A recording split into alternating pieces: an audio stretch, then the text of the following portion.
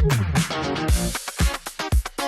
right, folks, we're back here at Concoction in the vendor hall, and we're here with one Matt John, who is the author of what RPG? Conan the Hyborian Age by Monolith Games, which is yet another Conan RPG. And so I've worked with Monolith for almost 10 years. Okay. Started developing the board game after Fred Henry, company owner, he created that game. Okay. And then at a certain point, I started taking over the main development of it and Gotcha. new scenarios, game modes, all that. And to get this real confusing for your audience, I previously worked a little bit on the modifious Conan RPG. 2D20. Yeah, the 2D20 game, mostly just as fluff books and a lot of the tie-in stuff like Conan Exiles and King Conan books. Mm-hmm. But I wrote one called the Monolith Sourcebook, which was a crossover between the board game and that RPG at the time. That's right, because they were working together, because Monolith had the board game and they had the... Yeah, so we were going for that synchronicity, and that's actually how I got my foot in the door with any gaming development at all, was that I did that book, which had a solo co-op mode. Okay. And that was well received, and then we adopted it and used it in our subsequent Conan board game releases and for the crowdfunded games.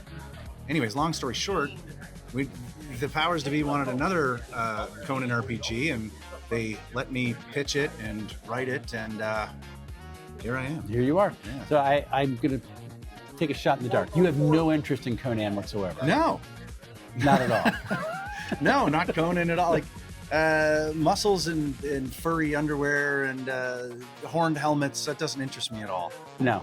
It's not on the back of your jacket. No. Maybe No. at the end of the interview We'll do B-roll footage. You can see the back of your jacket. Yeah. You just got stopped by the miniature painter. Yeah. Like, did you do that? Yeah, he thought I painted it. I did not. This is from Frazetta Girls, who's the granddaughter of the godfather of fantasy art, Frank Frazetta, which, every fantasy artist bows at that altar at least a few times. And if they don't, then the hell with them. They should. Get to the chopper. Get to the chopper. All right, so tell me about, you get into this Conan RPG with Monolith Games. It's kickstarted, it passes. Mm-hmm. Tell me about the development of the system. Like, what type of resolution mechanic is it using? Well, it's a brand new one. And in some ways, it is a game that's been rattling around in here for a long time.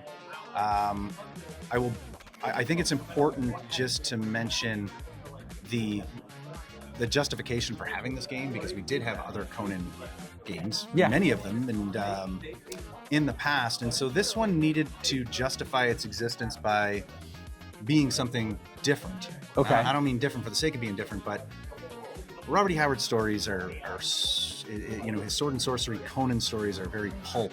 They're fast. They are scattered in the sense of over time and place. Yeah.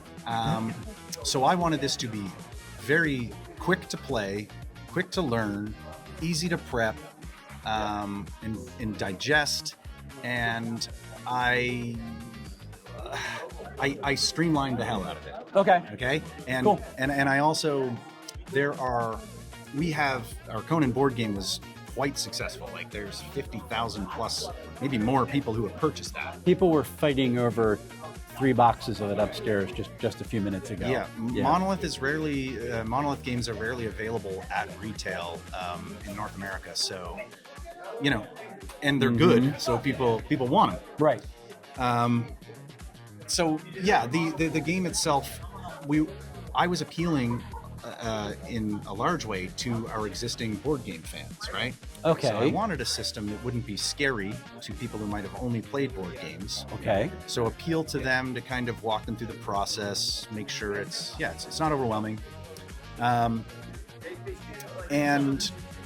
also the previous Conan games had they were a little crunchy, there's a lot to do, right? Yeah. And to understand.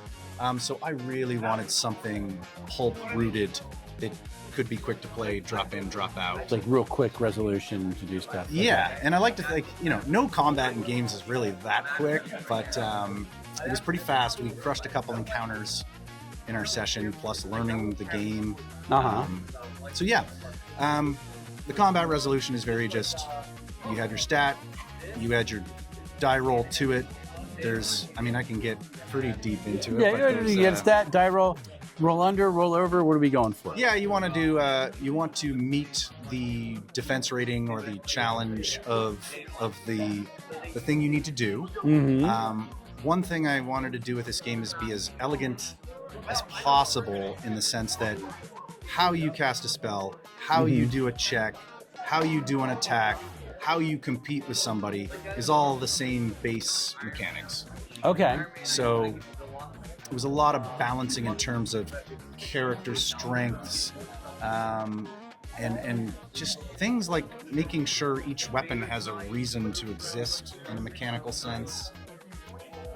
Because sometimes you have things that are just 14 different pole arms in AD&D, right? Yeah, and some are just objectively better than the others. Sure. So I spent a lot of time balancing that aspect to be like, there's a reason you might only use a sword and not a shield. Gotcha. There's a reason you will use a sword and a shield. There's a reason you will use a spear or a two-handed weapon or a thrown weapon. So you put a lot of thought into how these combinations work. Yeah, and a lot of just really just refined that stuff. So this game does not have a ton of subsystems. It does not have a bunch of exceptions to rules. The idea was to do something that it made sense. Like, as soon as it clicks, everything else is like, when we played this today during the testing, we didn't even look at the rule book. We had everything we needed on a GM screen, and then the player aids.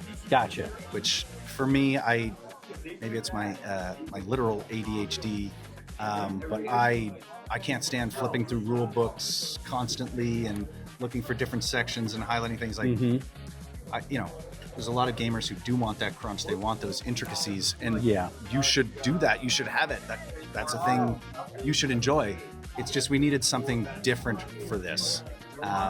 Make it fast. Yeah, make it fast. Yes. And I think it's just with any game design, you have to really know what you're doing in terms of what is your aim, and do not try to please everyone. You can't, right?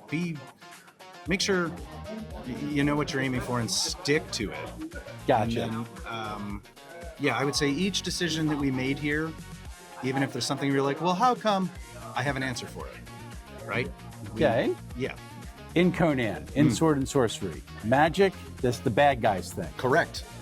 You have a mechanic for players to roll magic. Oh, yeah. Does that make the player the bad guys? How does that work? Yeah, it could. I don't think sorcery should ever be an altruistic thing. I think that the people who dabble in the dark arts are playing with fire and they know it. So I'm not into schools of wizardry. That's not for me. I'm not yucking yums. Sword and sorcery, it's bad. It's maybe even unknowable and insanity causing. And I keep that tradition alive in my books as well. Not a class-based game, correct?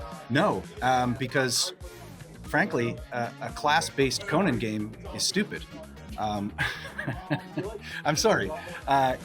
It's not. It's fine. It's just that Conan is the ultimate multi-classer, right? He's Conan the Barbarian, the thief, the king, the pirate, corsair.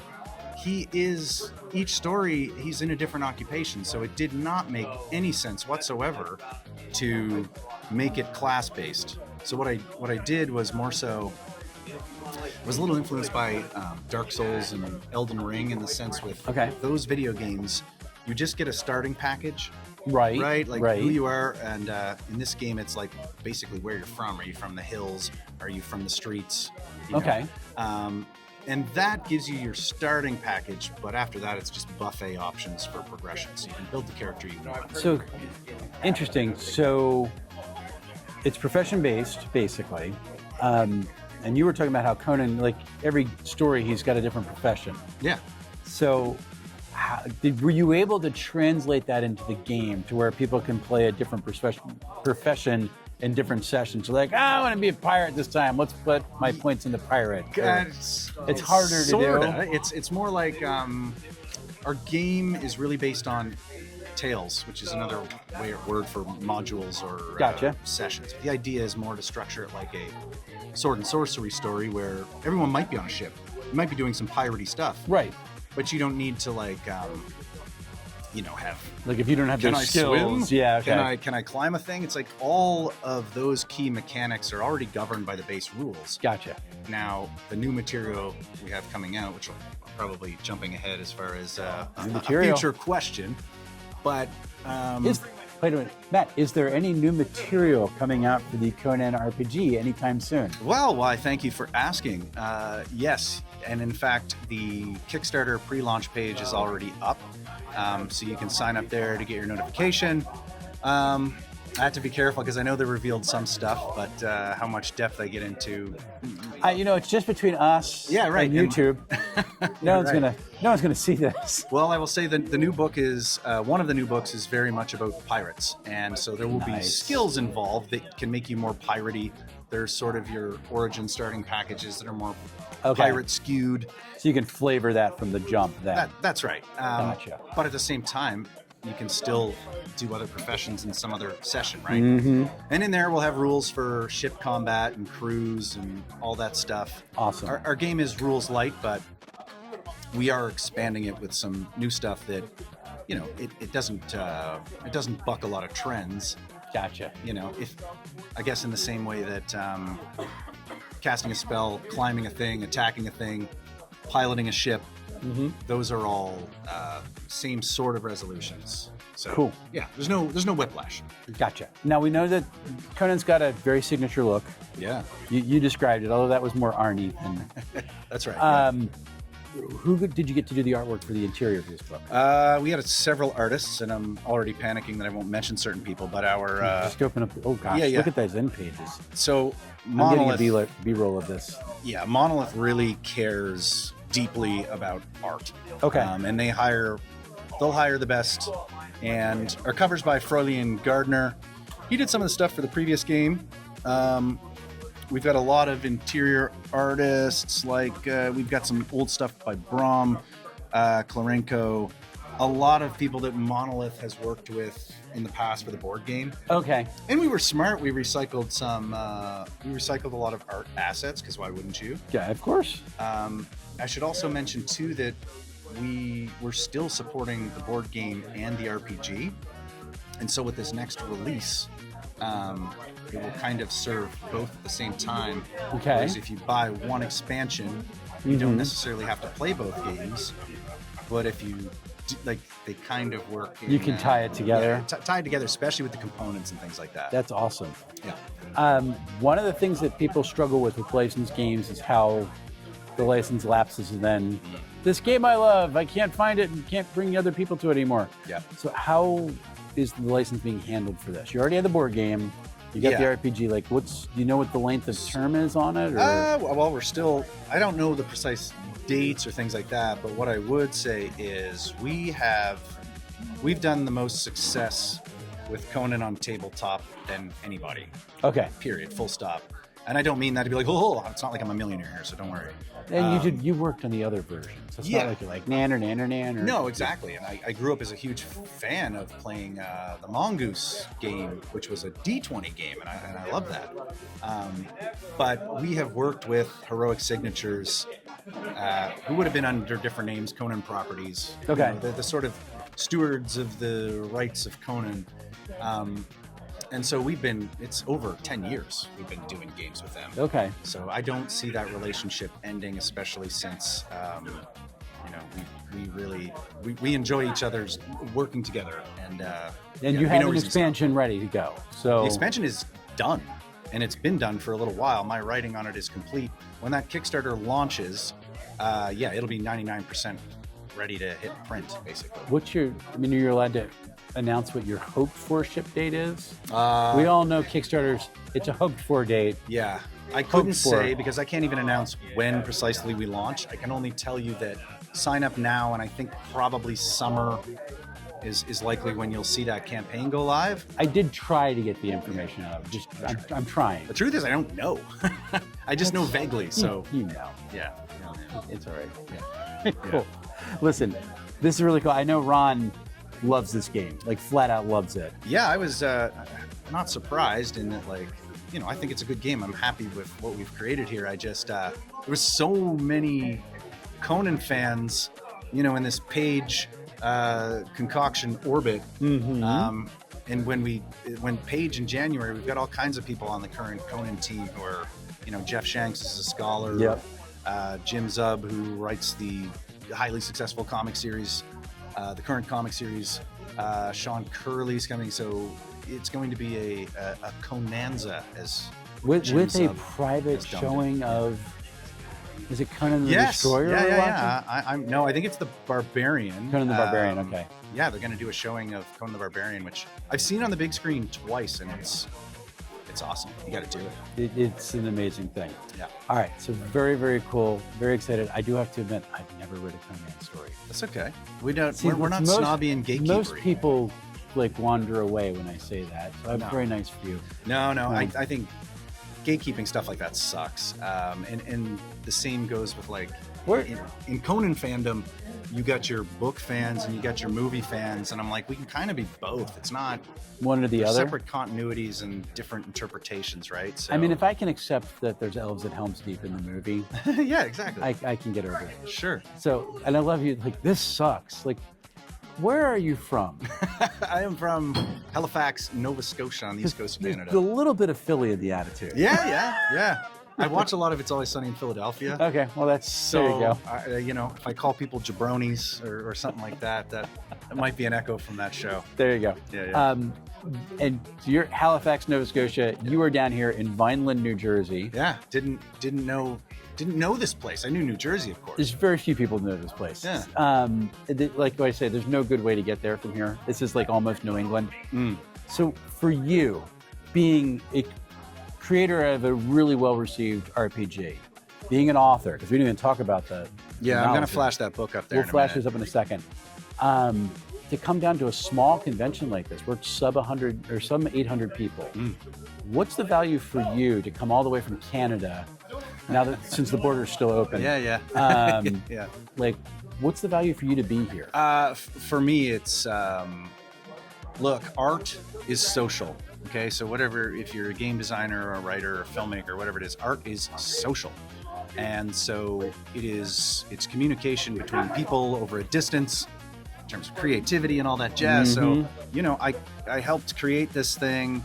People love it. I absolutely want to meet those people. And, you know, if I'm invited here, then absolutely I'm here to say hi and have a good time. And, you know, not just to be like, oh, thank you.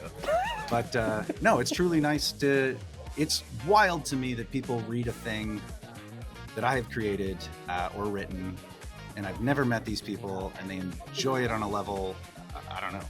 How could I say no to that? That's awesome. Yeah. And I will tell you this. So Matt and I were on Friday Night Live for That's right. Paige.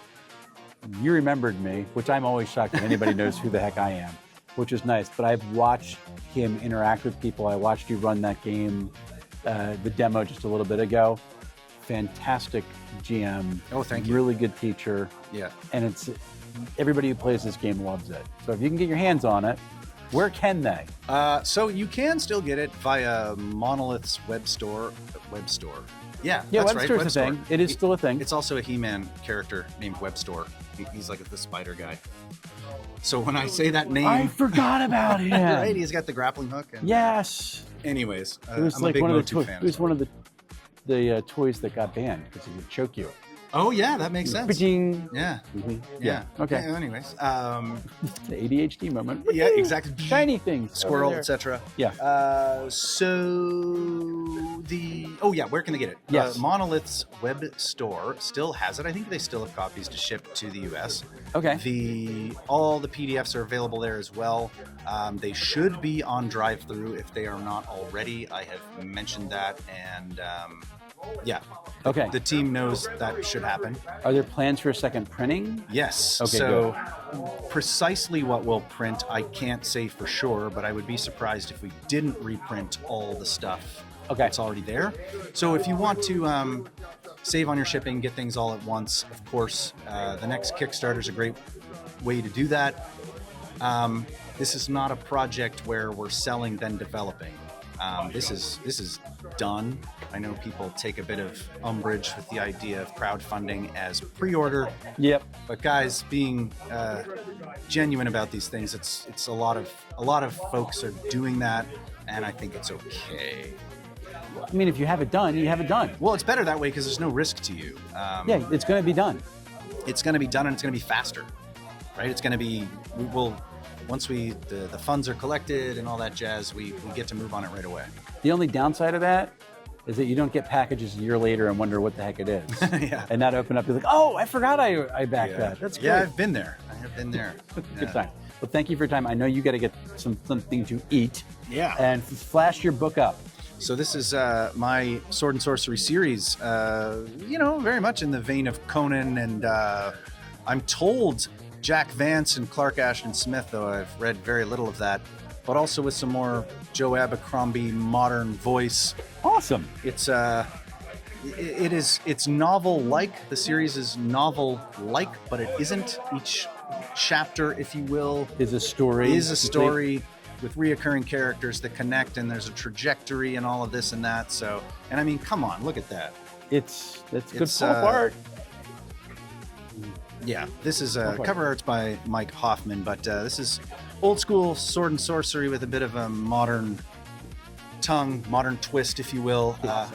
Very, very good. All right, thank you so much for your time. I hope you have a great rest of the con. My pleasure, dude. It was awesome talking with you, and I am very grateful. Talk to you later. Thanks, man.